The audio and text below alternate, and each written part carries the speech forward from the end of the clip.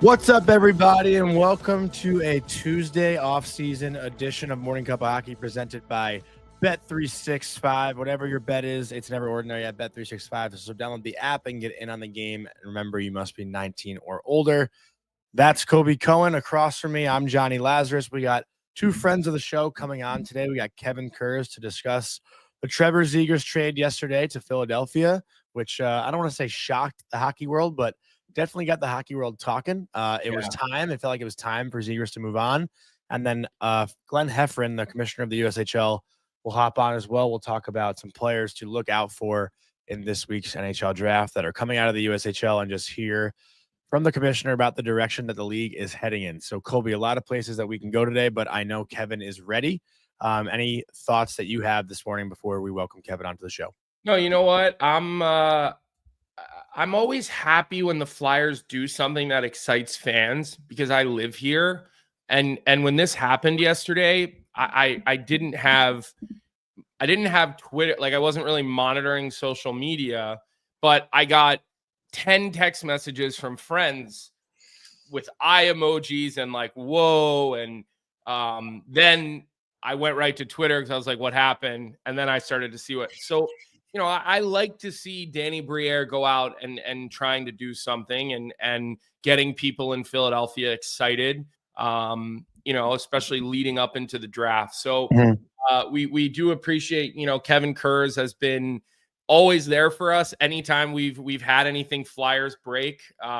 He's probably a very popular guy right now. I bet you there's a lot of people reaching out to him, wanting him to, you know, to get his opinion on all this. And you know, he covers this team every single day. And so I'm kind of looking forward to hearing how he feels this went down and then sharing. I always want to go on Twitter, Johnny, and like share my thoughts when something like that happens. Yeah. But I'm like, let's just, let me wait till 9 a.m. the next day for the most part. So read him into the show and let's get to it. Just before we read Kevin on, I do want to say for anyone who doesn't know, the trade was Trevor Zegras for Ryan Poehling, a Columbus 2025 second-round pick, and a Flyers fourth-round pick going back to Anaheim. So for anyone who doesn't know the trade details, that's what it is. But let's bring Kevin on with a quick word from our sponsor, Proraso, the most complete choice for shaving and beard care, made in Italy since 1948. Proraso has been a staple of Italian culture and barbershops globally for 4 generations, so get 15% off at Proraso-USA.com with our promo code Hockey15 in all caps, Hockey15. First of all, Kevin, good morning. Great to see you. Yeah, good to hear, guys. Hair's always looking good first thing in the morning. I don't know about that, man. Appreciate. Do you spend your summers anywhere? Or you know, same home and or anything like that? No, I'm in Philly. I gotta, you know, I'm gonna take a little trip at the end of August, get out of the humidity, and that goes right into pretty much Labor Day and the start of the season. So, nope, I'm here. Where are you guys at? Colby, you're down the shore, right?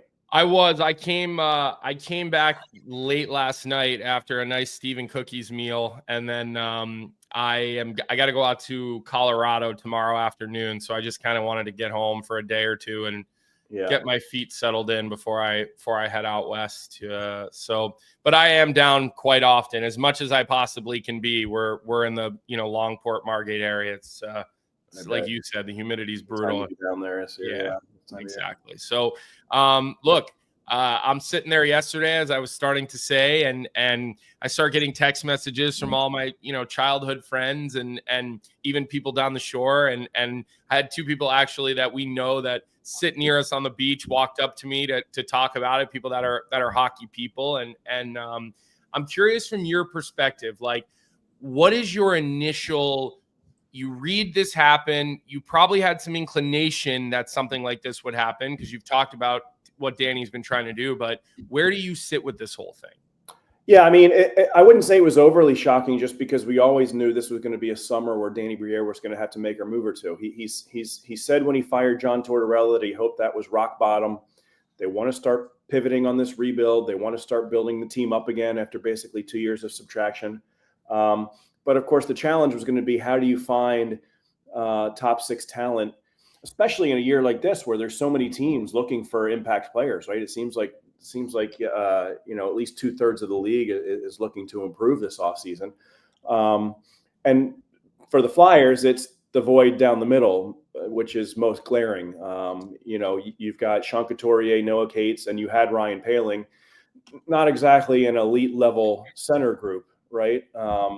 So it was, how are you going to find a top 2 center or a top 6 center this offseason? So, they go to a guy that's been playing left wing for the last 2 years, and the hope obviously is that he's going to return to center, be able to seamlessly return to the center position where he finished second in Calder Trophy voting as a 20-year-old, and had another 60-point season the following year, and that he can sort of regain his footing there on that part of the ice. So we'll see how it works out, but it does feel like a low risk gamble on a potentially high end player. Yeah, and that's kind of what I like. When I first saw it, I was just kind of like, there's a reason. And Vic is putting the line charts, and it mirrors exactly what Kevin just talked about. Now you have an opportunity to slide your centers around. We know Zegras probably gets the first opportunity to play with Mitch Goff and bring that creativity. But that's what I look at, Kevin, is this was an almost zero risk move. Like, and that's not to be disrespectful to Ryan Poehling, but you can find Ryan Poehling. Those guys are not hard to find. And I do like the way he plays. Like, I really respect and appreciate his style of play, but to move off of him and 2 non-first round draft picks to get a guy who's young, he's 25 years old, he's under team control because he's an RFA. You're basically bringing him here and say, prove it. Now, I guess a question that I have, and I'd love your opinion on this, Kevin, is do they make him basically now audition all season for a big extension, or do they try to lock him up in a more reasonable manner? Because right now you bought Trevor Zegras at his lowest point, and that's where I think Danny Briere really succeeded here, because let's just say worst case scenario, this doesn't work out and he continues to be a not 200-foot player and a player you'll never win with in the playoffs, because right now he's not a player you're winning with in the playoffs. But what do you see? Like, how do you see it playing out contractually?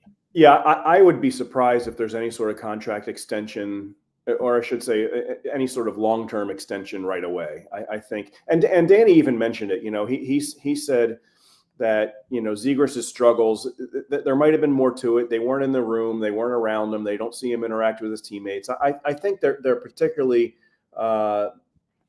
they want to see how that transpires first. They want to see not just how he performs on the ice, but how he handles all the other stuff. So there's been negativity around that. Yeah, and being in this market is different than Anaheim. So you see how he handles that, and just the way Danny has handled his other restricted free agents. He extended Owen Tippett in early 2024. Tippett was a pending RFA. Noah Cates and Tyson Forster, I think midway through this past season, maybe a little bit later, maybe February or March, you had a feeling that these guys had already established themselves. But, he didn't rush to sign those guys. He waited until after the season was over. They've got their very reasonable extensions. So I would be surprised if there's any sort of contract extension already in the works for Zegras. I think this is, here's your chance. You wanted to play center. We're going to give you a chance to play center. Now it's up to you to see what you do with it. I'm looking to find the tweet. I forgot who actually posted it, but I did see that like 7 of the top 10 picks in Zegras' draft have already moved on to new places, whether it's a trade, signing. So, that was something I found interesting. I'm already seeing comments in the chat too. And Colby made the comment just about like where Zegras will fit and whatnot. But everyone's saying Zegras is not a playoff style player. And that's fair to say, right? Because like he is mostly skilled, doesn't play overly physical, but that said, we haven't seen him in the playoffs yet, so it's kind of hard to really judge that. And I know I'm kind of challenging Colby here, Kevin, but I'm going to ask you, because Colby always says, like, when a guy plays, 300, 400 games in the NHL, we know who they are. But Trevor Zegras now going to a new team, can we really define a guy who's he's played 268 games? And I guess maybe we define him because he's more out there, right? Like, we know who Trevor Zegras is as a person. And maybe that's why it feels a little bit different, but this still is a 24-year-old kid with under 300 NHL games in his career. Like, is it fair to say that maybe we could see a new version of him in Philadelphia? I mean, he does. It does strike me as a player that really needed a change of scenery, right? Because obviously he had the position change under Greg Cronin. He struggled a little bit. He had some injuries. He's been in trade rumors for well over a year now, right? It seems like 2 years. He's joining his buddies over here in Jamie Drysdale and Cam York, two guys that he's very close friends with. That should help ease the transition. So it does strike me as a player that I think could potentially benefit from a change in scenery.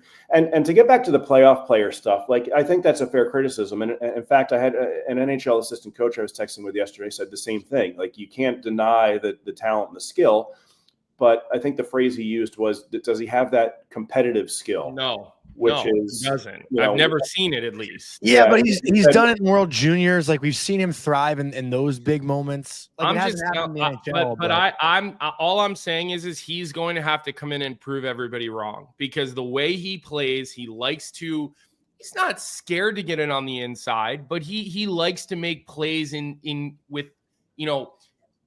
open space, right? He doesn't create the open space. He likes to hang out in the open space. And look, I'll defend him a little bit on one end. Greg Cronin is an asshole, and he's a very difficult guy to play for. Okay. It's not that he's not a good hockey coach, because he is, but he's a very difficult guy to play for. And so I do think, like, Rick Tocchet is that guy that when you disagree with him, you're like, let me just try it his way because I respect him so much. Certain coaches are like that. They get the buy-in from you because you're like, all right, listen, I'm just like, he's been there, he's done it. I respect that. I might disagree, but let me try it his way. And I think that's probably what Danny Briere is banking on here.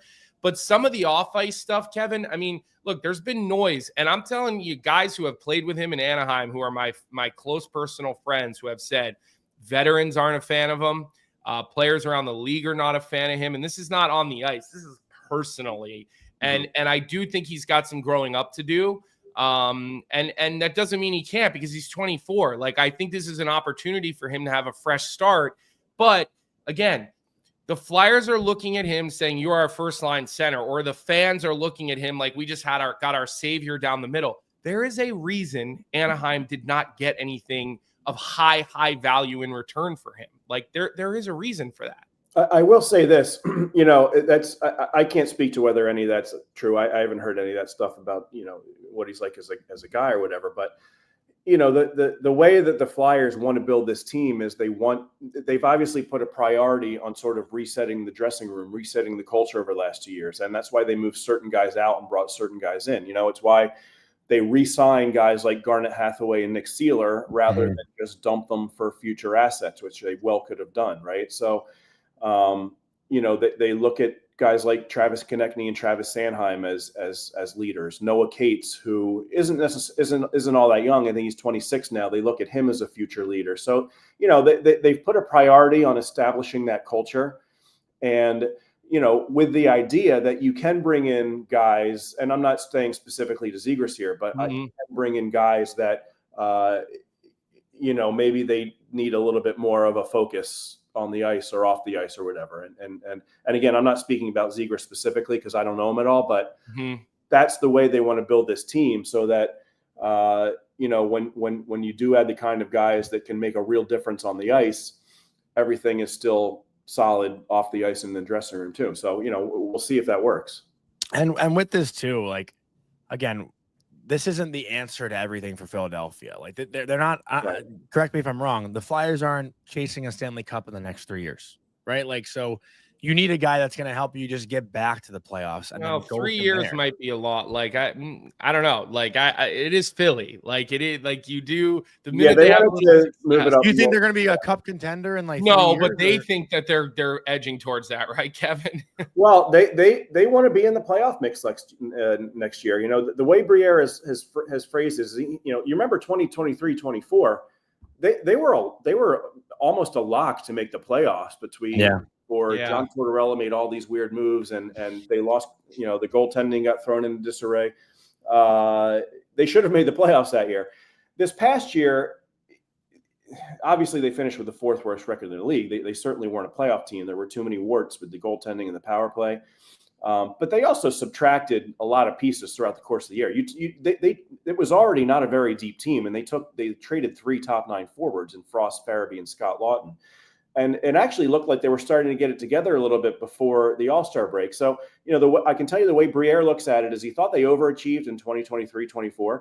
If you don't lose Carter Hart, you're in the playoffs that year, I think. John Tortorella said that. I agree. I don't disagree with him. I would agree with that too. This past year, Briere thinks that they were better than their record. And, I can understand that because, again, some of the stuff that John Tortorella did coming out of the All-Star break, the team kind of gave up on him there. They lost like 7 or 8 in a row or whatever. He gets fired. And then, when Brad Shaw comes in as an interim, they look like a pretty decent hockey team again. So it's a long-winded answer, but they want to at least be much more competitive next season. I don't think they're done this offseason. They certainly need a goalie. That's the bare minimum, is finding another goalie. But you get more steady goaltending, and if you don't have the league's worst power play, and playing in the weakest of the 4 divisions in the league, I think they want to be in the mix next year. We'll see if it happens. It's a goal. Okay, so that was my question for you is, and I'll give my opinion first on it. But if they don't make more drastic changes, to me, they're still not a playoff team. They're still somewhere between in the 20s finishing. I think that's fair. Yeah.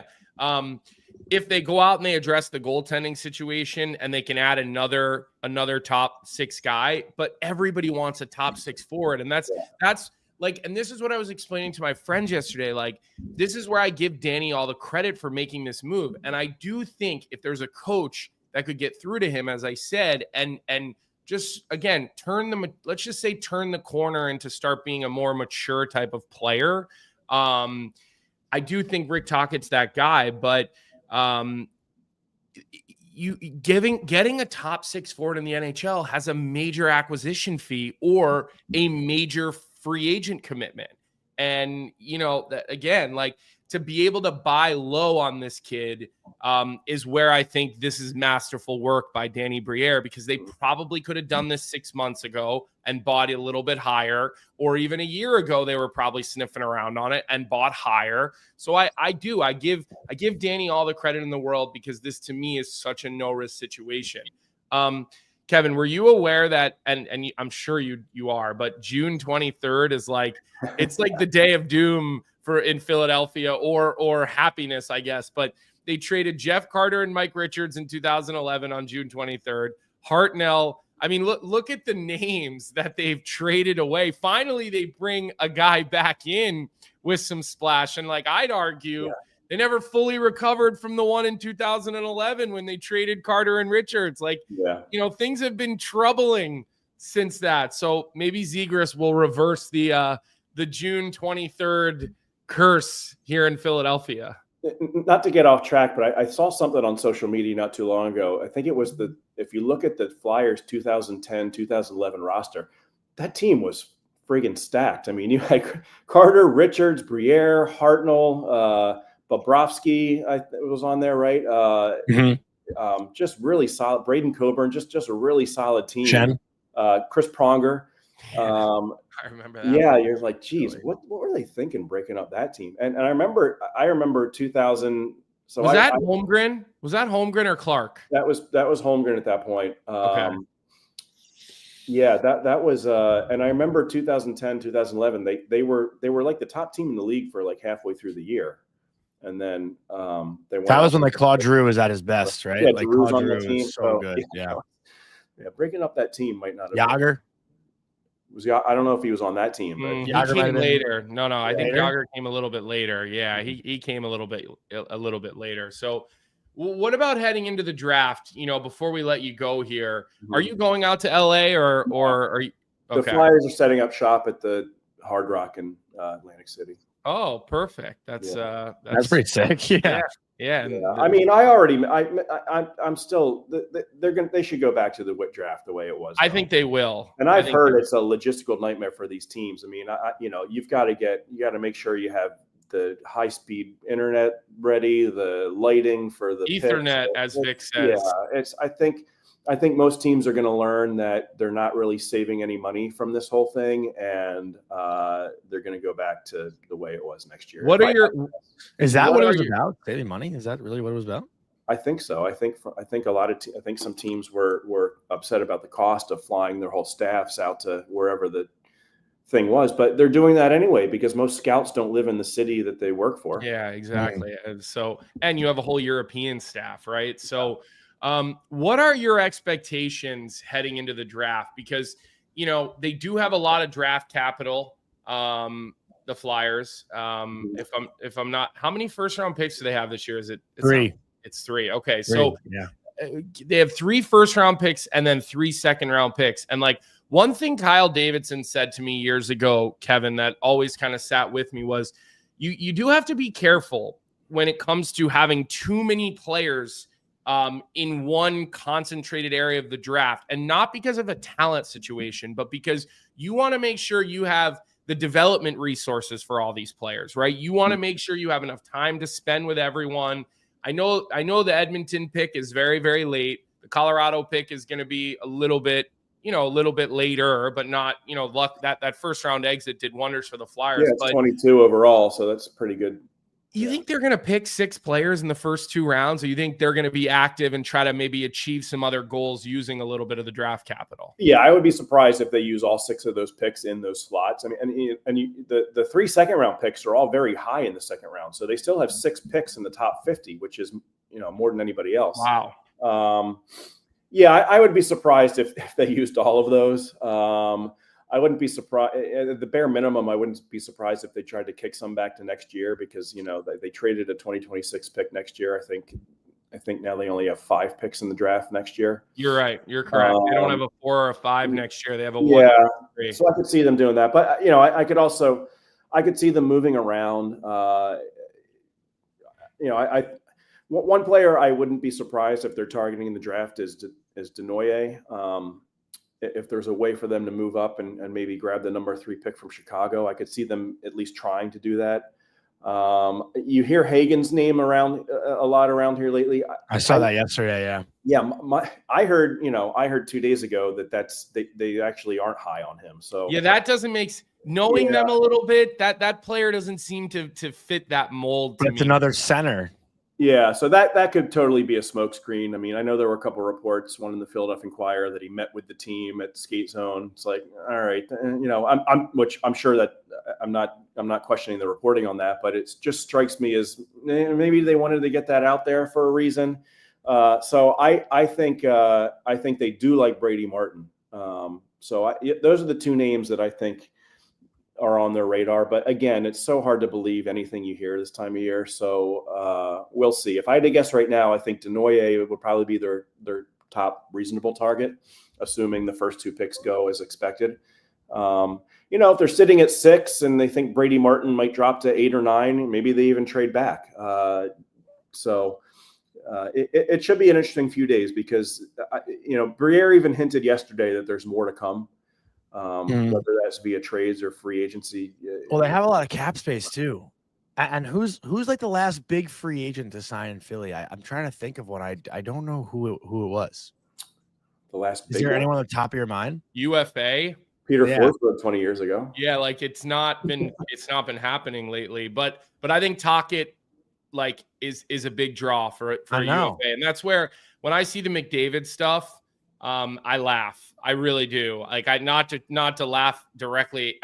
I laugh. It's like the Flyers don't get those guys anymore. You're living in the 90s and the 00s to think that the Flyers are getting those types of players. Yeah, I'm not looking at McDavid so much as I wonder about Kaprizov, frankly. And the Flyers have made it a priority to seems like they're bending over backwards for some of these Russians. You've got another one that's rumored to come here, and this Maxim Shabanov, which small guy, right? I don't quite understand that one. I mean, the last thing I think this team needs is another small winger. I guess he's a bet too, but the guy's 5'8", 160. I mean, let's temper our expectations here. Anyway. Kaprizov would fit the way Kaprizov plays. He'd fit nicely here. Like the fan base here in Philadelphia would appreciate that. He's not all glitz and glamour. Like he's take it to the hole if I need to and draw the foul, on my way. Like he's a top 5 player in the NHL. But I know, but Mitch Marner's a top 10 player in the National Hockey League and would get eaten alive in this market. There is such a thing as a fit. But that's a question too, honestly. Like, how is Zegras going to be received by the Philadelphia market? Like, that could be a huge hit or a huge miss. It's not like an in between. I feel like. Yeah, I mean, I can tell you, it seems like universally they like this deal right now, as they should, in my opinion. Yeah, no risk move. You need more guys like that. You need more skill. You need more flash, and if you surround them with the right type of guys, guys like Konechny, Forster, Cates. I mean, these are guys that do strike me as guys that could raise their game. Mitchkov could raise their game in a playoff situation and in big game situation. So, you have enough of those guys around them. I think that the expectation is he raises his game alongside them. So we'll see. I think Tyson Forster is like a pretty underrated. I mean, I know he's young and it's only been 2 years in the NHL, but he's been pretty solid. Is he back-to-back 20-goal seasons, I think, in his first 2 years? Yeah, I think he's 25 this year. I like him a lot. I agree with you. He's a responsible 200-foot player. He's got size. He's got a great stick. He's hard on the boards. He can shoot the puck. Yeah, he's big too. He is big, and they need that's something this team lacks tremendously is size. I think he's going to be part of this team for the next 10 years. I think they love him. Torts loved him right from the hop. All right, listen, Kevin, we'll keep an eye on the Philadelphia Flyers here leading into the draft and maybe try to reconnect with you again if they do anything crazy. But enjoy covering the draft and your time in Voorhees Atlantic City, the Hard Rock. Maybe you'll get a little beach time in. You never know. The Hard Rock in Atlantic City is really nice. They did a great job with that hotel. I've heard that, yeah. Right up Talks Alley. It's perfect. He's probably got a gold member card there, right? So anyways, we appreciate your time today, and we'll look forward to the orange and black being splashy here in the next week or two. Great. Thanks, guys. All right. Thanks, Kevin. Wait, I want to address one quick comment in the chat. I think CMZ was saying that I was being a hater. I guess I'm curious. Like, it's just your natural aura. But do you hear me being a hater about it? Like, I feel like I'm sitting here complimenting Danny Briere, talking about how I think the way he went about this trade was amazing. I'd say you come off as a Zegras hater a little bit. Listen, I'm being fucking honest about the guy. Like, and I said it's just your natural aura. Okay, like I look at it and I say that this is a low risk, high reward move. Yeah. How is that being a hater? Like, that's reality about the situation. Paul says I'm a Johnny hater. Like I feel like I'm being realistic about the situation. I don't want to sound like I actually think it's a great move. Like you either hit a home run or you strike out and it doesn't matter. And who cares? Well, it also is funny though. Like I'm not super close with Trevor Zegras. I met him twice. Like I like the guy. I think he's awesome. He's a young kid who had back-to-back 60-point seasons. The last 2 years, he's dealt with injuries. He hasn't been in a great spot. He's been rumored in trades. Like, dude, the way I look at it. But the way I look at it, like, oh, what a great opportunity for a young kid to go to a great. And market. I said, I think Rick Tocchet can. But you also say, like, oh, I know a lot of players in the league who don't like him, and it's true. I know. It's just fucking true. I'm saying how we come off. Like, there's a reason they gave up a 4th liner and a 2nd and 4th round pick to get this guy. He doesn't make that much money. He only makes $5 million, not on an $11 million contract. I know. I'm just saying, like, it's just your approach sometimes. Okay, that's fair. No, that's fair. That's fair. That's fair. All right, look, we've kept Glenn waiting 10 minutes longer than we said. Which, by the way, Glenn, Johnny specifically said to me before the show, let's drag Glenn out and make him wait. Yeah. So I got nothing to do today. Let's keep Glenn till 11 o'clock. I do want you to know that was Johnny's plan leading into this. So why don't you read him into the show? Because I think we have a special Budweiser read for our friend Glenn. And it's even tailored to him, right? Yeah, it's a new segment presented by Budweiser called the Buds Bench. Budweiser is encouraging buds to make time for hockey, not excuses. Every goal, every check, every win is better enjoyed with your bud. So phone a bud, text a bud, ping a bud, and call out their excuses for bailing on hockey when it's hockey time. it's go time. So let's bring on our bud, or as I call him, my king, my liege, all the above, Glenn Hefferan. And Glenn, I have a special surprise for you this morning. You ready? Close your eyes. Close your eyes. Colby. Close your eyes. I'll tell you when to open them, okay? Go ahead. I have no idea what's going on. He told me he was going to piss me off. Open them up. Look at you. Every morning. I got mine on the shelf. Text from Glenn. Where's your USHL hat? Put on your USHL hat. I'll tell you what. That hat looks really good on you. Way better on you than it does on me. I will say that. It fits your head very nicely. It's a very loud red. You look great in our USHL hat, Colby. You did play here, remember? I did. You did too, right, John? Oh, no. Sorry. For those of you who are new here, I do just want to let you know, we're talking to Glenn Hefferan right now, who is the commissioner of the USHL, the United States Hockey League, which has been the main, development and feeder league here in the United States to the NCAA and to pro hockey for, as long as it goes back here. So again, for those of you who are new here, just want to make sure that we explain to you who it is that we're talking to. I know, Glenn, you'll be heading out to LA here in the next 24 hours with Jonny, and you guys will be covering all of the USHL talent that, we're going to hear their names called over a couple of days in LA. Yeah, for sure. And before we jump into it, I just want to say, and I mean this sincerely, I listen to the show as often as I can, and I have to tell you, you guys have an amazing show. The guests that you bring on, Frank Saravalli, Tyler Yaremchuk, Catherine Tapp, and Kenny Albert, and the list goes on. And it is and I also tell you privately when the show stunk, which is usually when one of you are missing from the show. Right. So you guys do a great job, and it's always an honor to be on. So thanks for having me. Yeah. So Glenn, why don't you fill people in on what we've got planned this week? I know we're doing, or at least attempting to do, 3 different one-on-one interviews that have different sort of backgrounds and themes to them, which I'm excited about. I think I'll be throwing a football with a specific first round NHL draft pick. I don't know if we can necessarily talk about that yet. Yeah, I mean, I'm not privy to all of this because you comms folks had a meeting yesterday that I wasn't part of. And I know Matt McGreevy, our head of comms, has a pretty creative mind and has a lot of good stuff planned. So I have no doubt every year our coverage at the draft gets better and better. I think you even have a special interview that you're going to be doing with the deputy commissioner of the NHL. I was told to be on my best behavior. You're trusting Jonny to interview Bill Daly. You really must trust him, Glenn. He's got a shock collar on that he'll be wearing. So I should do that. That'd be a good bit. And thankfully, it's not live; it's on tape, so it'll be fine. So we do trust him in that realm. And he does a great job, and he appeared for us in the Clark Cup Finals, which was terrific, doing color. So yeah, we kind of trust him. We don't trust his travel habits. That's terrible. Yeah. But other than So let me get into it. So there is an article that I read on TSN over the weekend that bothered me, but I want to kind of save that a little bit, maybe towards the end, because there were some quotes in there from, other junior leagues and commissioners and coaches and GMs that, again, they bothered me just because I feel like now's the time everybody should be working together and making it about the players, and they're not.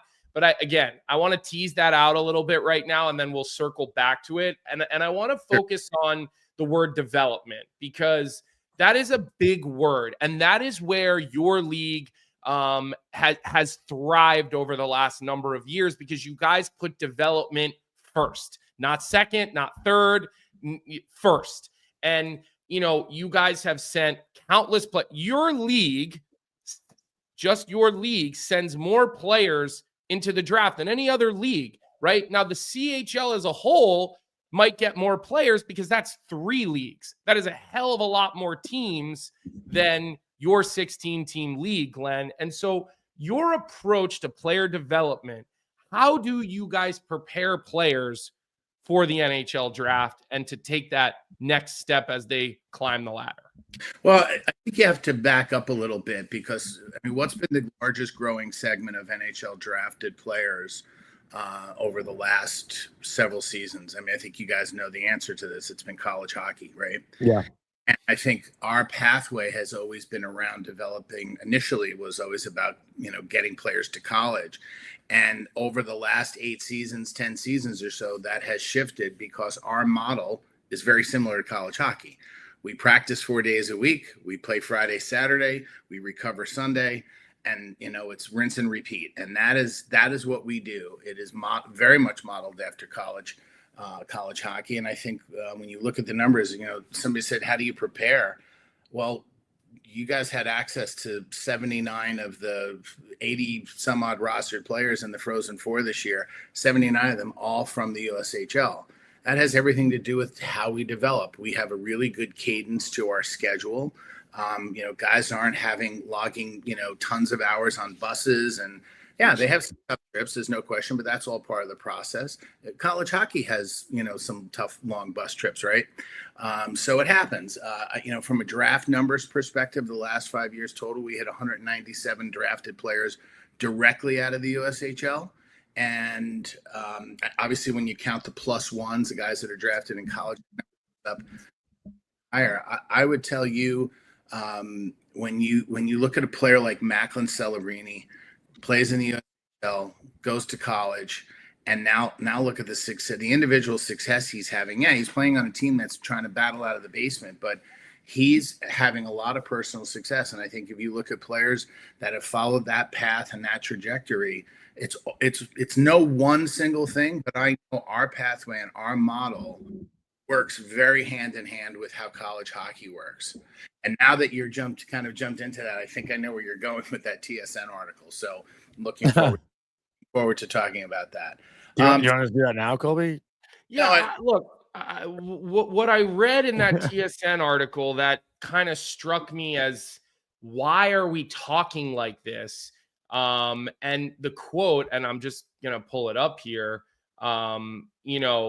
and I believe it was Willie Desjardins said, we are going to do what we can to hold players from going to the NCAA. We want them to stay with us. And the USHL is going to do whatever they can do to keep their players. And I guess I thought this was about the players, trying to hold players back from taking different paths on their way to the National Hockey League, which is everybody's goal. Every player's goal is to be a National Hockey Leaguer. Why are we ever outwardly talking about holding players back? There are new rules. There are very new pathways. We don't know how that's going to play out. We don't know how it's going to look. But that's where I don't understand why we're not trying to come together and why we're not trying to do what's best for the players. And when I say this is just a quote from Willie Desjardins, who's a general manager and a head coach in the Western Hockey League, right? Like that quote to me is a huge. I read that and I'm like, what are we talking about here? You want to hold players back?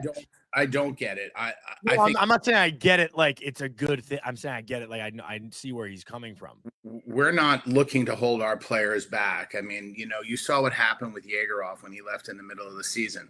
Was that tough for the team losing their goaltender in the middle? But if we're doing our job, we have the backup goalie should be ready to step in. We should have affiliate goalies that can take the place of the backup. Like, that's part of our job. And look at the difference that it did for Zegras and for his college team to get to the Frozen Four. That would have never happened, I don't believe, if they didn't have him. You're right. Never would have happened. I expect our coaches and GMs to pack that player's bags when it's time for him to move up to the next level. And if it's college or it's pro, God bless. Like, our job is to get them there, not to hold them back. And so, I think this is a changing landscape for everybody, I'm sure. And that's a common theme I've heard, that, they want to hang on to their best players. There's a little bit of a different business operation, too, within the CHL, where their players have a different view by their fans, and fans come to see, it's about the player, where I think our fans want to come in and be entertained, and they're as close to the players as they possibly can be. I've seen it, we've witnessed it. I talk to fans as I visit each building, and but they want to see their players move on and have success, and so it's just a different mindset. I'm not, if a player has to spend a year in the USHL to get to the next level, spend a year. If he needs 2, if he needs 3, whatever it takes. Yeah. To be the mindset about development. It just reeks to me of putting yourself in front of players' best interests, because I read another quote in that same article from Dan Neer, who I know Jeff has had on his show. I know you've collaborated and worked with Dan Neer before. Yep. You've only ever said really, really good things about Dan Neer as a working, partner and this and that. But, he had a comment and a quote that said, "We are the best development environment in the world," Neer said. Am I surprised NCAA schools are interested in our players? I'm not. Okay. And then the question was, well, then why are the players leaving? And then this was the quote that made me kind of laugh. And this was from the QMJHL commissioner. And I said, "Jonny, this quote will really resonate with you." And he said, "The reasons they're giving us is basically, it's not you, it's me." And I know you've heard that before, Jonny. You didn't do anything wrong. The support is perfect. My coach is great. My billet family is amazing. Well, they're leaving to go play in the NCAA because it's better hockey, and it's going to get them more prepared to play in the National Hockey League. So I don't like, I get it. Everybody has to say they're the best development league in the world, but this is where I just feel like you're losing credibility if you're the commissioner of the QMJHL and you're sitting here saying, like, we are a better a better league than the NCAA, and then they go on to say, well, players are going to realize very quickly that they want to be hockey players and not students. Well, let me just break it down for you. The guy's name is Mario Cecchini, if I'm saying that right. Yeah. You're not an athlete. You're not a student athlete at a Division I college. You're an athlete student. Okay. And honestly, I'm not even sure you're a student anymore now with all the NIL stuff. Like, come on, if you're one of those types of players, you're there to develop, to go to the National Hockey League, plain and simple. That's why Gavin McKenna is going to leave the WHL and go play college hockey, because scoring 400 points next year is not good for his development. Like, I mean, it's so obvious to me, Jonny. Go ahead. Well, yeah. The point I wanted to make too, and JC in our chat has made a couple good points. He said, first, because the CHL teams are local businesses, they need almost free players to generate revenue. And then he also followed up saying Schaefer may be the last first overall draft pick from the CHL. The business model is broken. I don't know if I'm going to agree and say the business model is broken, but think about what it does PR wise for Gavin McKenna to get drafted out of the WHL versus Gavin McKenna going to college and getting drafted out of college, right? Like if he gets drafted out of the NCAA, it's like, oh, what a great look that he came to the States. Like, it's a good look for almost, I think, hockey in the States versus hockey in Canada, him being picked out of college versus him being picked out of the CHL. And every player that's taken out of college that has come from the USHL, it just, is another point for USA Hockey, right? Because like we get, you know what I'm saying? Like, I don't think it's ever been like USHL and the NCAA has always been a collaborative effort, whereas the CHL and the NCAA has always been the opposition. So it's not like it's looked at as a collaborative effort. Let me put a couple of things in context, though. First of all, yeah, Dan Neer. I have a very good collaborative relationship with all 4 commissioners. Actually had a great conversation with Brian Crawford yesterday about working together on some things for next, for the 26-27 season. And so there'll be more of these discussions. I think the NHL very much wants to see a collaborative approach to North American hockey because it's important. So do I, by the way. It's an important thing to the entire ecosystem. So those are the business and development that are getting discussed at a different level. What I can say for certain about my ownership group, and it's not a reflection on any other league's ownership group, fans don't develop players. Attendance doesn't develop players. Signage on your dasher boards don't develop players. A good schedule, great coaching, off-ice training, proper nutrition, mental wellness. These are all the things that we're focusing on. When we did our declaration of excellence with the NHL and had that announcement, those were the things we're amplifying. It is about making players better players, better human beings, being ready, whether it's the college path or the NHL path, it's getting them ready for that. And I will tell you, our ownership group makes that decision year in and year out, where business is secondary. They make decisions for the betterment of players. Is it perfect? No. And no league is. The NHL is not perfect. College hockey is not perfect, but we're all trying to perfect what we do. And I think from a leadership standpoint, the growth of hockey is here in the United States. There's a reason why we've got 12 different groups clamoring to get USHL franchise. So there's a lot of great opportunities, a lot of good things happening. The right people are having good discussion. It's going to take some time, and there'll be some reverberations, and we'll get through it. It's hockey. This isn't we're not curing illness. I also wanted to add this too, Glenn, because Vic and I and Colby, actually, we were all talking about it before the show started. Think about the attachment that Canadian Hockey League fans have to the players, because the players are drafted and go to the NHL from the CHL.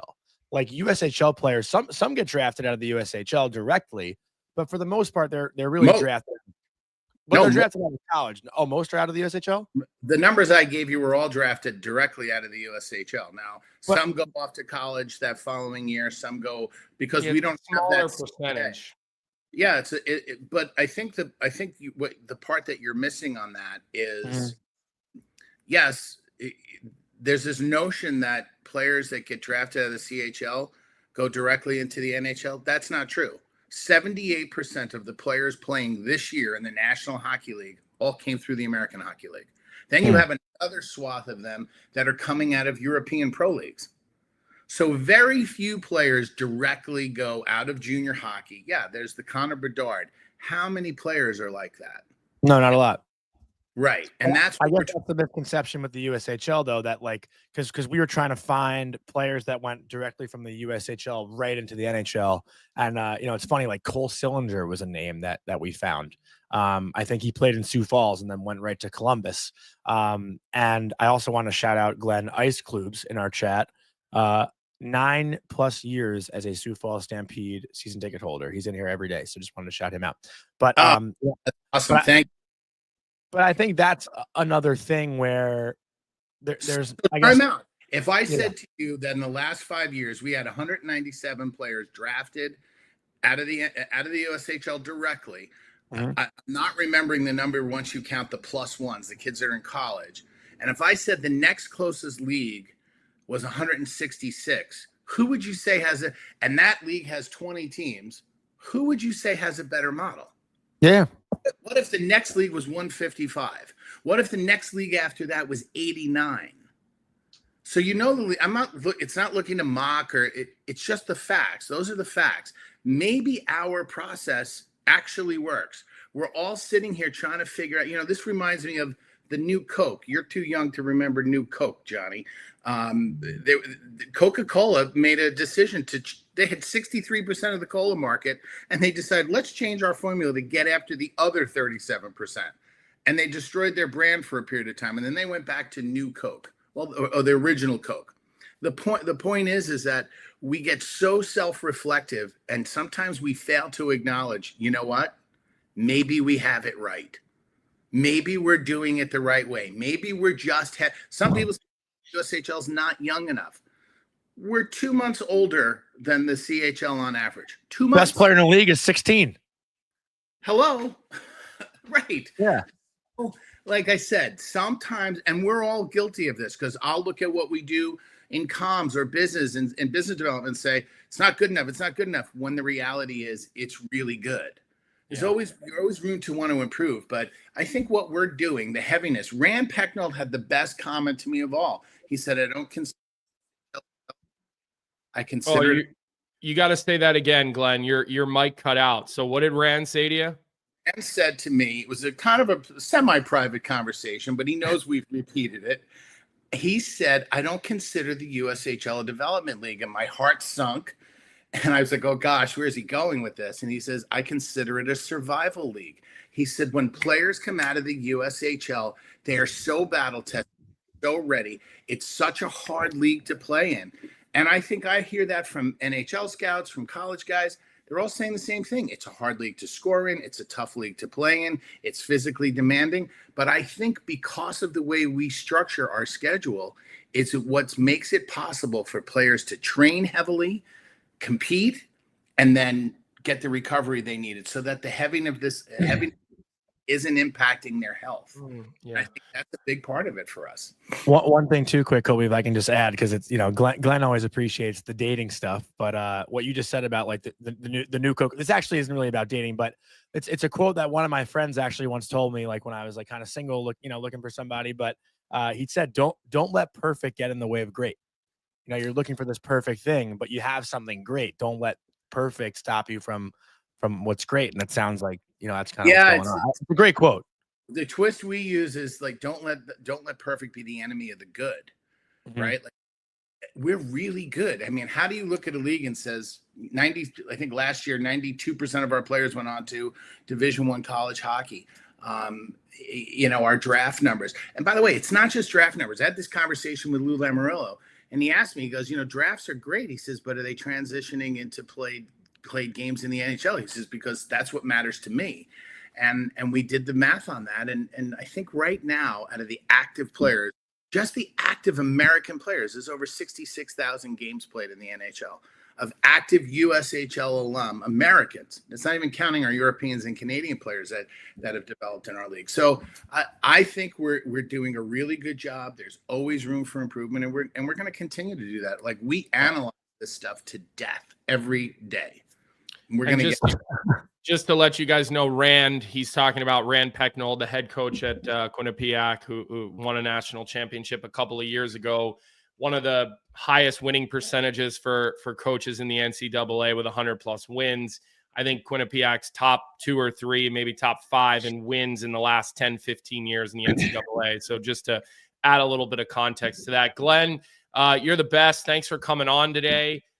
Safe travels. Make sure Jonny checks at least 2 or 3 bags on the way to LA, and hopefully the travel woes for Jonny don't continue.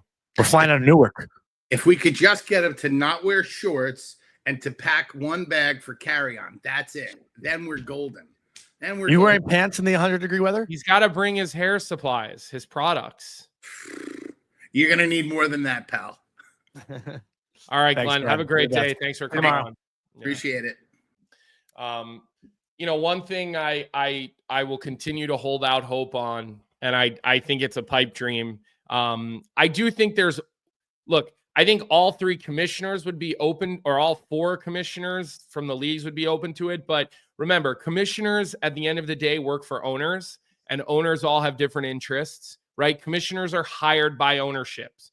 And, I saw everybody in the chat saying we'd love to see all these leagues join together between the CHL and the USHL. I'm one of those people. I would love to have a junior super league in North America, because all that's going to do is make the NHL better. It's all that's going to do, in my opinion. And go ahead, Jonny. The super league will be the NCAA. Right. Well, listen, again, that's a whole different, for now. That's what it's going to be. That's a whole different conversation.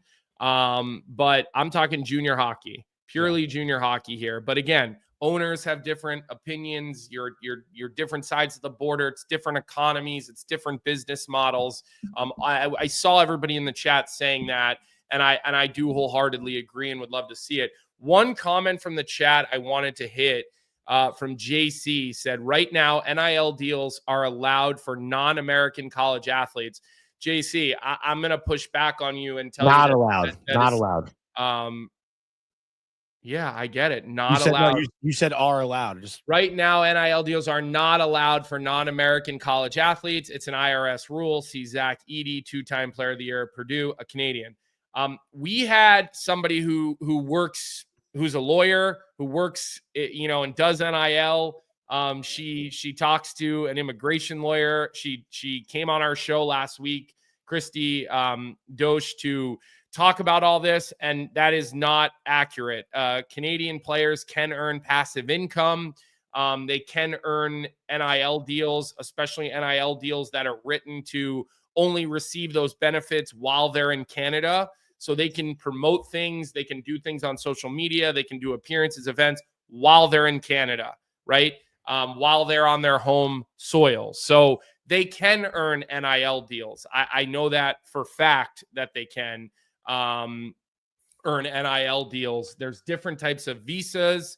So like, again, we put up a book that we were promoting and that I've read, and that have, immigration lawyers, and there are certain visas, where you can earn an NIL deal if it's passive, or if you're on a different type of visa. There's O visas. There's different types of visas. Macklin Celebrini came here on an O visa, I believe it was called, because it was an exceptional status visa. So it is not just you can't earn money. These two kids that just signed out of the WHL with North Dakota, they're going to make $150,000 at North Dakota a piece, right? There are players all over the NCAA. Gavin McKenna is going to come to the NCAA and he's going to earn $100,000+ a year. There are just easy ways around it that they're not illegal. They're legal. You can earn passive income. So just wanted to point that out. Again, those things can change. I think some of our immigration rules are probably a little bit outdated. I think if these Canadian players are playing here and stimulating, the government and schools are earning money off of these players, like there should be some give and take in my opinion for that. So it'll be interesting to see what happens with all that with the draft and, with things moving forward. Hopefully, again, the NHL will continue to, mediate and try to make everybody fit nicely into that ecosystem, Johnny, of making the National Hockey League the best and providing good opportunities for young hockey players. Whatever that means, let's do what's best for the players, not what's best for Willie Desjardins or anybody else who wants to make a comment like that, right? That should always be the focus is what's best for the players. Although in junior hockey, it is unfortunately seldom what actually it is. Yeah, and I don't mean to put you on the spot, but like I know you have friends who are assistant coaches in college, and one of the things that I'm curious about too is just what changes in recruiting, right? Like I know you and I have talked about it. Like again, like my opinion on the whole merge with the CHL and the NCAA, like I've talked about it for kids like me. It sucks, right? Like if you play in the North American League, it's probably going to become a D3 league. BCHL, I would assume pretty similar. And it limits the kids who aren't these like high level recruits to go play D1, which sucks. So I feel for those kids. I was one of those kids. And if this were happening to me at 18, I'd probably be, fucking pissed.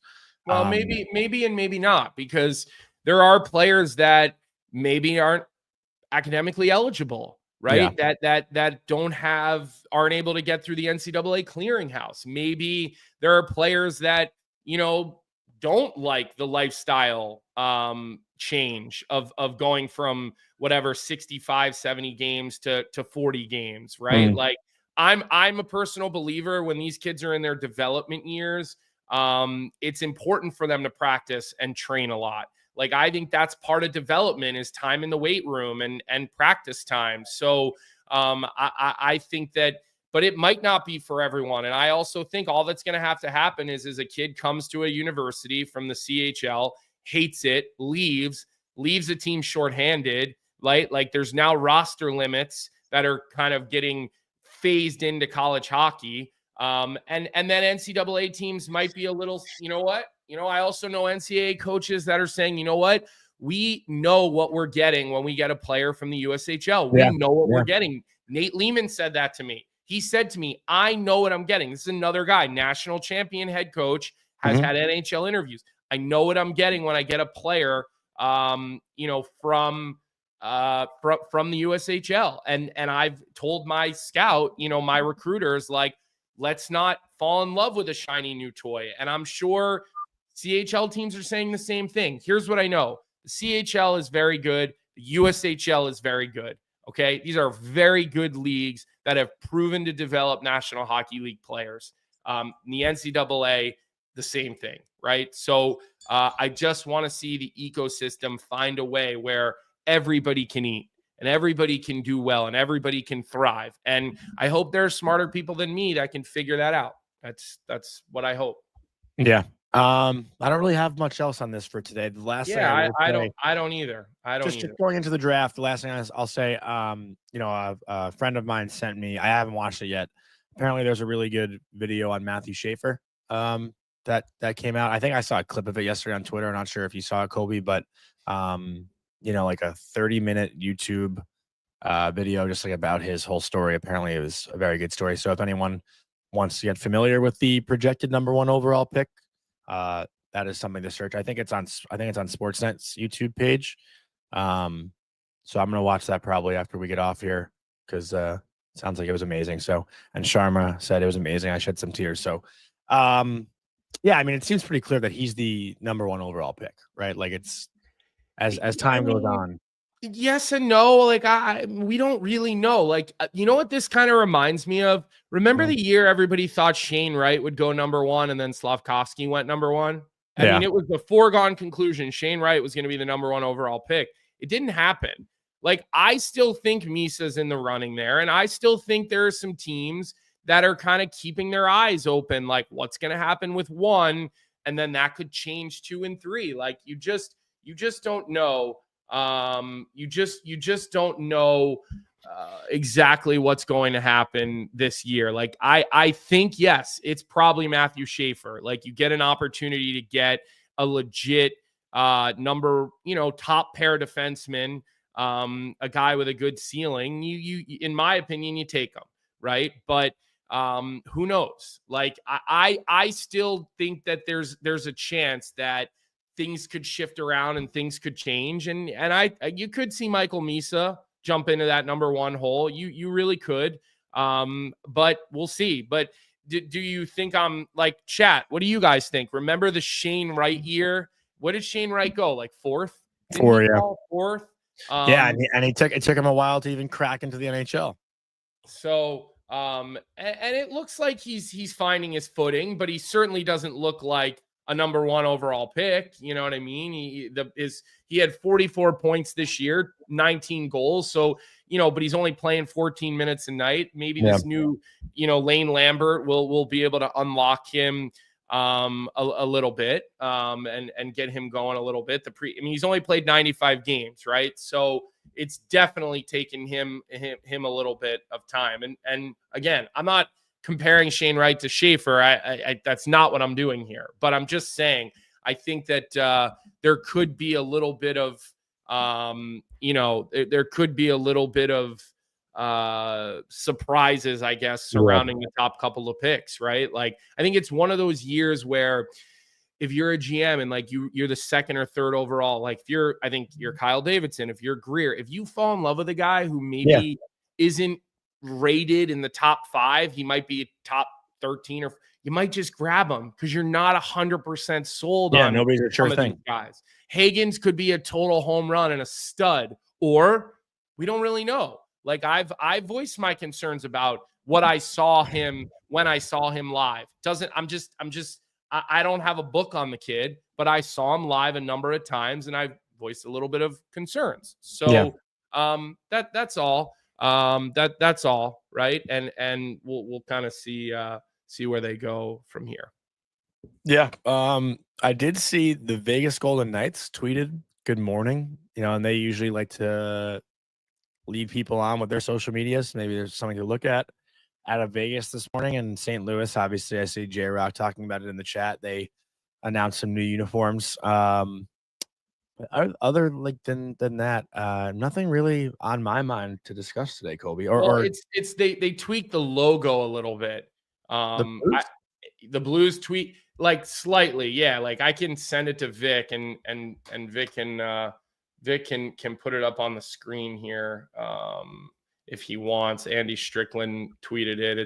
It's got a little bit more, I don't know, a little more pointed, I guess. It has a little, I don't know.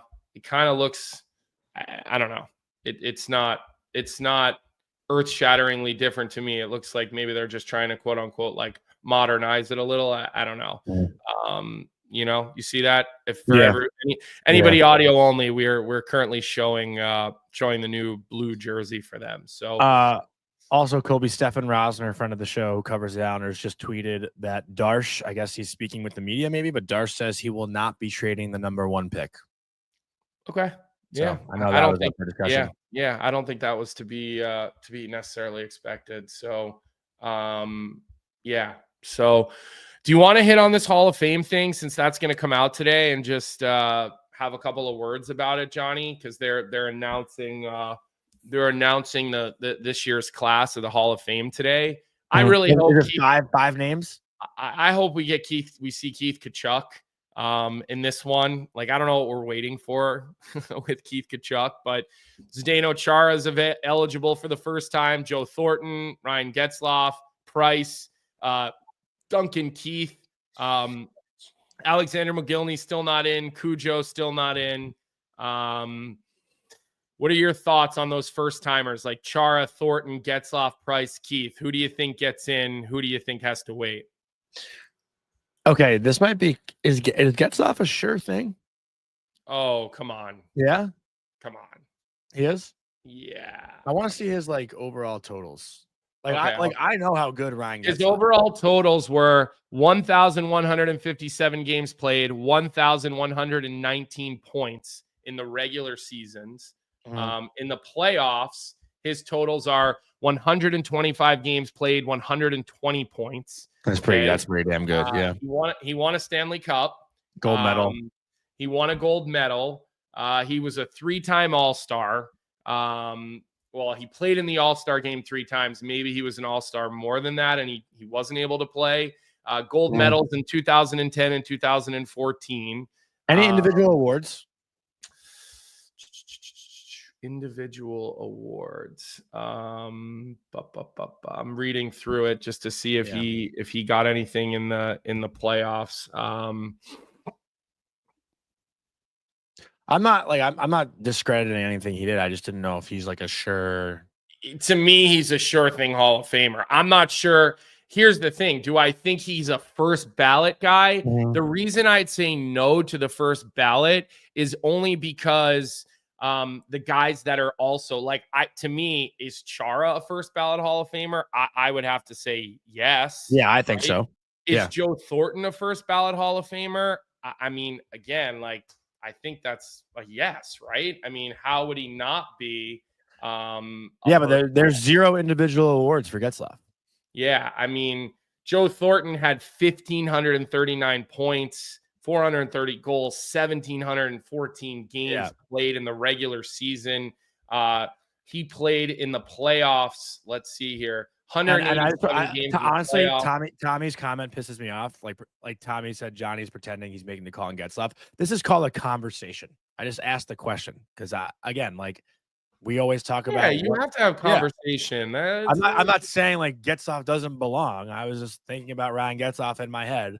No, he's a great player, but where do we qualify the Hall of Fame is the shortest list of guys belong in the Hall of Fame, the guys who are that much better than everyone else. And to me, Ryan Getzlaf is an amazing player, but I don't know if he's if you score over 1,000 points in the National Hockey League, Johnny, that's a big. But big you talk about Joe Thornton. Vic just said Joe has a heart and an Art Ross. He didn't win a cup, but he's got those individual awards. Agreed, I'm saying that's why I think Joe Thornton. I think they're both Hall of Famers. They both had over 1,000 points in the National Hockey League. I mean, those are big time numbers. But here's another thing too with the Pavelski argument, because I know Pavelski doesn't have any individual awards too, but to me.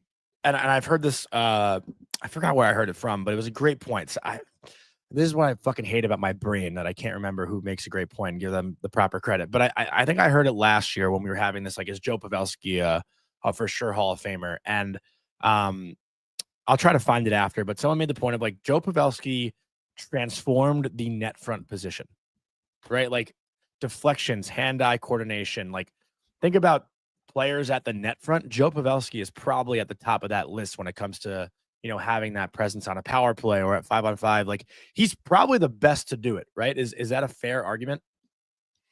Like if you are the best at something in a specific category, Thomas Holmstrom came. Holmstrom's a good one too. Franzen was another good one. But yeah, I think it's easy to forget some of those guys because they didn't play during social media era. They didn't play during go on your phone and watch highlights. Like these guys are it's a different time. So I don't know if I agree that he changed the net front position forever. I think I would tell you that he's one of the greats at the net front position, but did he transform it?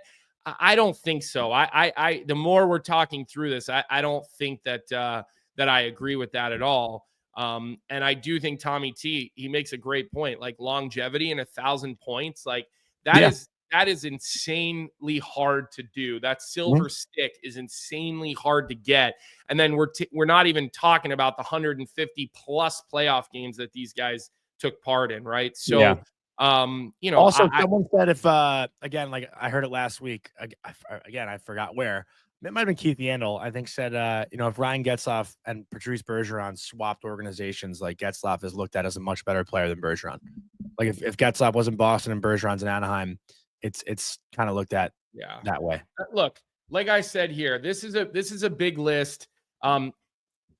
Chat, weigh in. Chara, Thornton, Getzlaf, Price, and Keith. 1, 2, 3, 4. I don't think all 5 of them are getting in right away. Duncan Keith has gotta.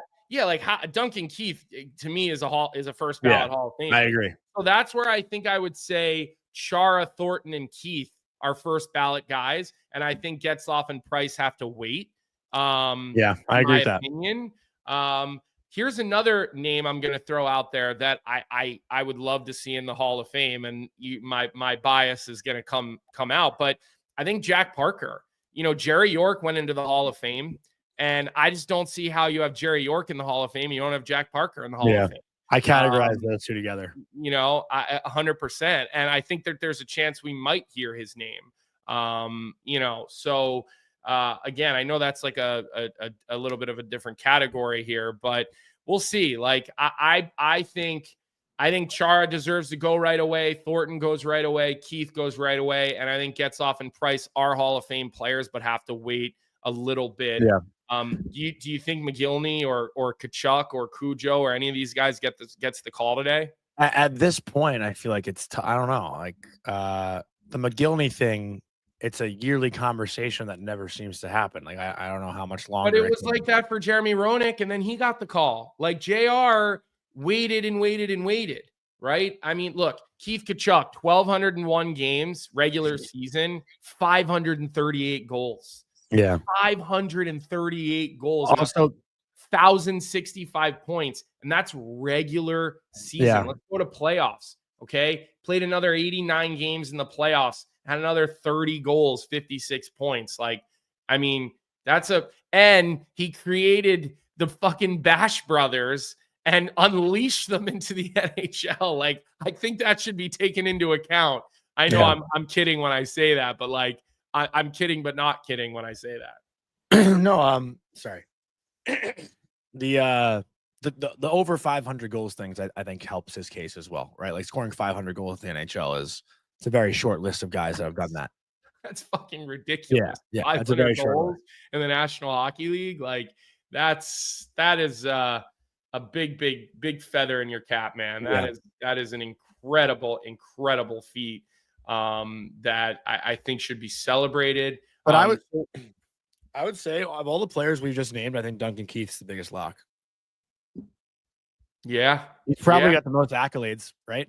Like Conn Smythe Cup. He's won more than one Norris, 3 cups, Olympic gold. He's done everything. Let's see how many Norris trophies he won. I think 2 Norrises. Yeah. He's the biggest lock. Yeah, that's fair. That's fair. I mean, I'm looking at his career numbers. But he has the trophies, both. No. Like I'm not down. I mean, listen, the guy had 675 points in 1,250 games in the National Hockey League as a defenseman, and again, the numbers. Imagine if Duncan Keith were like coming into the NHL today with how much he's like with scoring being up like it is. Remember, Duncan Keith started in 05-06, which is right after the lockout, right after the clutch and grabbing ended, but there was still a lot of tackle football. And Duncan Keith was a superstar in the playoffs. I mean, that guy went to a whole nother level in the playoffs, right? So, and then now I'm just pulling up Chara's, he played 1,680 freaking games in the National Hockey League. 1,680, 209 goals. That is amazing, man. 1,600. I mean, listen, just alone on that, he goes right in. There's no way Chara doesn't go in today. 1,600. Oh my God. He averaged 23 minutes over those 1,600 games. There were a couple of seasons, Johnny, where Chara averaged 20, almost, in 06-07, he averaged 28 minutes a night was his season average for ice time, 27.58. I'm rounding up. The next year, 26.50, 26.04. Then it went down to the 25s, and then it went down to the 24s and the 23s. But could you? He won North too. This guy averaged 28 minutes a night in 06-07 for the Boston Bruins. That is crazy. Wow. That is a crazy number to me. Imagine over 82 games, you play 28 minutes a night. I mean, look, I watched Z do 30 pull-ups in training camp one year, and I was just like, holy shit. I mean, it was they used to split up training camp testing in Boston by almost by weight class. So if you were 215 pounds or heavier, you were in a group of guys. So I'm pretty sure I was 1 year in training camp. I had to do all the testing with Seidenberg, Chara, McQuaid, myself. I think Johnny Boychuk was in that group. It was everybody between the weight of 215 pounds or more. There was probably a couple of other guys as well. But those guys were beasts. And Chara was ridiculous. Running 300-yard shuttles in the same group as Zdeno Chara. He did 300. He'd take 3 strides to get 25 yards. It was crazy. So we'll see what happens. We'll touch on it more tomorrow. We'll see who gets announced. But I do think that it's always interesting because we don't really know the criteria.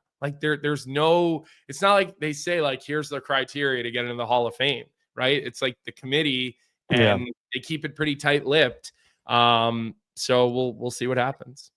Yep. I mean, that's all I've got for today. So yeah. The rest is on you, sir.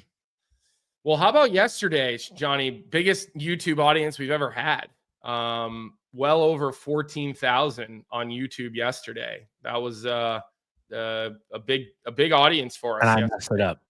Yeah, you did mess it up by quitting the show early yesterday. 403 likes on our show yesterday. So make sure you hit that like button. Let's keep subscribing. That subscriber count is climbing. We're almost at 30,500. We're right under it. So that's why we're going long today, by the way. Isn't that ironic, though, that it was literally our shortest show ever yesterday? I think it was our best numbers. Yeah, well, I mean, listen, people wanted to know what you had to say, Johnny. That's what they wake up to know. So anyways, let's hit that subscribe button, hit that like button, leave comments on the YouTube. I've talked about the fact that our download number on audio is our next target. We got to get up over 50,000 consistently on that. We're in the low 40,000s right now for those automatic downloads. So we need to see that number climb. And we need all you guys to jump on board with that and keep hitting those downloads. So with that, Johnny, have a good day today. I know tomorrow we'll do the show and then you're traveling tomorrow. Yes. And Bobby Bo, I did 5 pull-ups at the New York USA hockey camp. So just so you know, did 5. All right. So we hope everybody has a great day today. We'll keep an eye on the news. It looks like we could be up for some excitement here over the next couple of days with trades and teams moving around. So we'll keep you up to speed with all that. And we hope everybody enjoys this nice weather we got going on. And we'll see everybody back here. Nice weather? Yeah, I'd rather it be hot than cold. I'd rather this than 15 degrees. So All right, yeah. Can you do your season rankings? Well, I think everybody loves, No, dude. There's a whole debate yesterday on Twitter. Like, people hate summer. They think summer is false advertised. And it's because it's one of those days, it's the hottest day ever. And it's like, oh, do you prefer to be too cold or too hot? You can get I in the still pool. think it's spring, fall, summer, winter. That's my order. Yeah, listen, spring and fall are great, but we don't really get spring and fall here. It goes from freezing to hot as balls. No, we get spring. Yeah, I don't know.